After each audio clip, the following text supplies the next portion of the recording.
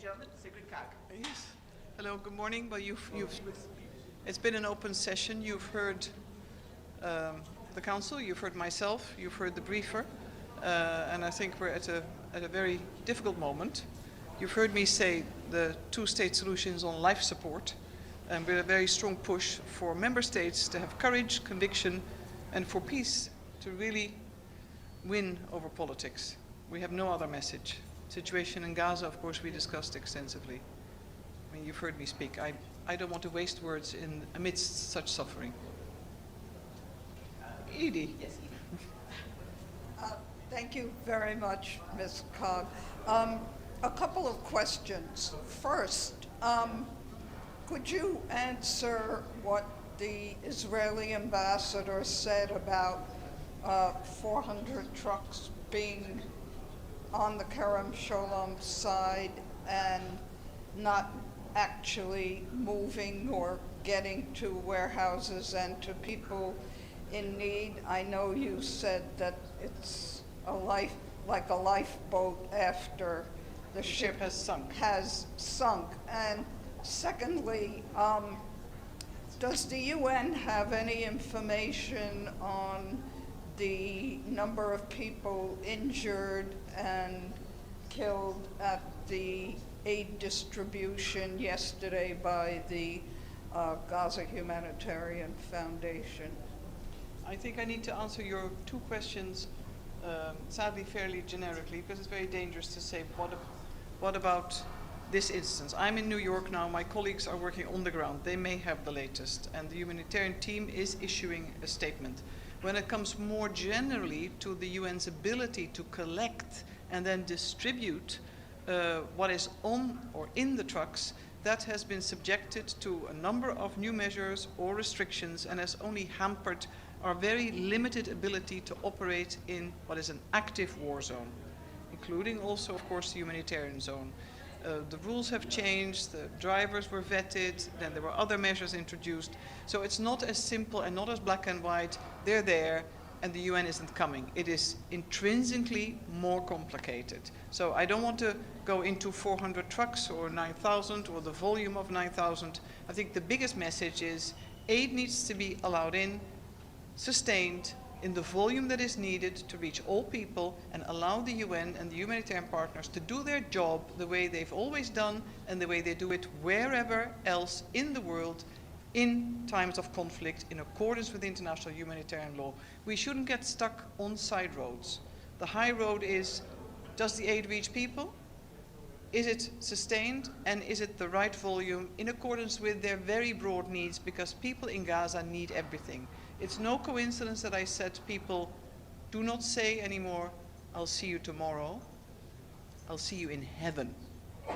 There's a lot of sadness and weight behind that expression. It says it all. From Reuters. The Israeli ambassador said the two mechanisms would continue operating for the moment. Has Israel indicated at all to the UN as to whether the UN might get cut off and the only option is to go through the Gaza Humanitarian Foundation? Steve Witkoff has just said in the Oval Office that they've got a new term sheet. They're hoping the president will sign off on it for a ceasefire push. Are you aware of what might be in this? Have you spoken with Mr. Witkoff? Do you share his optimism that this could be a resolution? I think I learned one ground rule in Dutch politics. I don't comment on the comments by others, and I haven't been in the room. So I'm not going to do that. We'll need to wait to be informed. Our focus at the moment, of course, is on the assistance getting in. We're not negotiating. We obviously keep pushing for an immediate ceasefire and the unconditional release of the hostages, as well as the return of the remains. But the negotiators are dealing with this. When it comes to how long will the UN or partners be allowed to function? First of all, we were told as of 25th of May, 24th, 25th of May, the foundation would take over. Well, we've seen that. Now there's a space, it seems, where we are working in parallel. There's no cutoff date. The point is, we need to reach all people in Gaza. They shouldn't be displaced again and again just to receive aid, and it needs to be done on a daily basis in a manner that is incumbent and aligned with international humanitarian law. I'm not going to speculate about the rest. The UN's plan is very clear. and we continue to ask support for our way of working. Ms. Sorry. Kristen Salumi from Al Jazeera English. I noticed you were speaking with the U.S. Representative on the sidelines here. The UN has really been sidelined not only in the aid process but in the peace process. Can you give us any indication of your relationship with the United States officials and what your appeal to them has been? Well, I think our appeal is not different from Party A to Party B. I think the line when it comes to realization of rights, safety and security of Israel, the need for a two-state solution, not now, not next week, it should have been achieved a long time ago. Those are, I think, principled positions by the UN. We're willing to facilitate, willing to help, we're on the ground. That doesn't differ. Earlier I've had a number of contacts with the new officials of the new US administration, but we know there is a different way of working, and we're very frequently in touch with the negotiators, particularly Egypt and Qatar.